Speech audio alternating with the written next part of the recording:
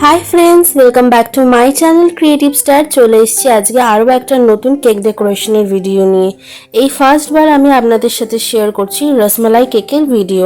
তো তার জন্য আমি ফার্স্টেই রসমালাই স্পঞ্জটা বেক করে নিয়েছি আর এখানে আমি নিয়ে নিয়েছি টোটাল 5খানা রসমালাই। আর এটা কিন্তু রেগুলার সাইজের তুলনায় অনেকখানি বড়। আর সোকিংয়ের জন্য আমরা এখানে কিন্তু কোনো রকম কোনো সুগার সিরাপ ইউজ করব না, রসমালাইয়ের যে মিল্কটা থাকবে সেটা দিয়ে কিন্তু সোকিংটা করে নেব, এতে কিন্তু কেকের টেস্টটা অনেক বেশি বেড়ে যায়। আর এখানে এবার আমি দিয়ে দিচ্ছি রসমালাই ফ্লেভারের ক্রিম। আর রসমালাই ফ্লেভারের ক্রিমটা আমি বানিয়ে নিয়েছি রসমালাই এসেন্স, রসমালাইয়ের কিছুটা মিল্ক আর একটুখানি ইয়েলো কালার দিয়ে। এবার এর উপরে আমি ফিলিং করে নিচ্ছি ছোট ছোট করে রসমালাইগুলোকে ভেঙে নিয়ে।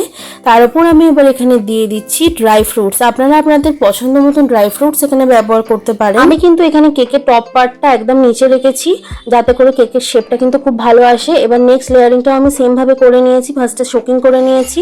এরপরে আমি কেকের কিন্তু এখানে ক্রাম কোট করে নিচ্ছি।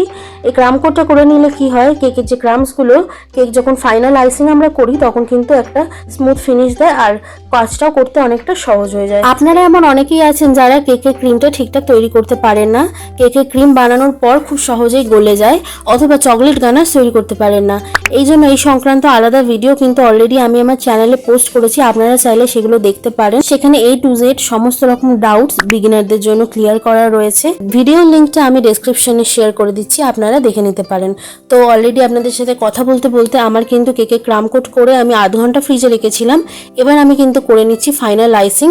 আর ফাইনাল আইসিং করার ক্ষেত্রে যাদের সমস্যা হয় তারা এই একটা ট্রিক্স ব্যবহার করতে পারেন। আপনারা অলওয়েজ পাইপিং ব্যাগে করে কিন্তু ক্রিমটা ফিল করে তারপর ফাইনাল আইসিংটা করবেন, এতে কিন্তু খুব সহজেই কেকের ফাইনাল লুকটা আনা যায়। তো এবার আমি ইয়েলো কালারের ক্রিম দিয়ে কেকের উপর রোজেটগুলো বানিয়ে নিচ্ছি। এখানে আমি স্টার নোজলটা ব্যবহার করেছি বড় সাইজের, আপনারা চাইলে অন্য যে কোনো নোজল দিয়ে এই কাজটা করতে পারেন। আর নিচেও আমি সেম ভাবে কিন্তু বর্ডার করে নিচ্ছি স্টার নোজল দিয়ে। এখনো অবধি যারা যারা আমার ভিডিওটা দেখছেন প্লিজ ভিডিওটাকে লাইক করে দেবেন, আর চ্যানেলে নতুন হলে কিন্তু সাবস্ক্রাইব করে দেবেন আরো এরকম নতুন নতুন ভিডিও পাওয়ার জন্য, যাতে আমি উৎসাহিত হই আপনাদের জন্য আরো এরকম নতুন নতুন হেল্পফুল ভিডিও বানাতে। তো দেখতেই পাচ্ছেন এবার ইয়েলো কালারের ক্রিমটা নিয়ে আমি গায়ের মধ্যে ছোট ছোট করে লাগিয়ে দিয়েছি। এবার আমি এখানে উপরে ছড়িয়ে দিচ্ছি ড্রাইড রোজ পেটেল। এখানে আপনাদের আরো একটা টিপস দিয়ে রাখি, অনেক সময়তেই আমাদের হাতে কাছে কিন্তু রসমালাই পাওয়া যায় না। যদি কেকের অর্ডার আসে তখন কি করবেন, তখন আপনারা কিন্তু কেকের ফিলিং এর রসমালাইয়ের পরিবর্তে রসমালাই ক্রাশটা ব্যবহার করতে পারেন, এতেও কিন্তু টেস্ট খুবই ভালো আসে। এবার আমি এর উপর দিয়ে স্প্রিঙ্কল করে দিচ্ছি ড্রাই ফ্রুটস। আমি এখানে আমন্ডস নিয়েছি। এবার আমি কেকের উপরে বসিয়ে দিচ্ছি রসমালাই। আমার রসমালাই কেকটা কিন্তু এখন একদম রেডি হয়ে গেছে। আপনারা কিন্তু কমেন্টে জানাতে ভুলবেন না আজকের কেক ডেকোরেশনের ভিডিওটা আপনাদের কেমন লাগলো। আর আজকের ভিডিওটা ভালো লাগলে লাইক করবেন, চ্যানেলে নতুন হলে সাবস্ক্রাইব করবেন। বাই।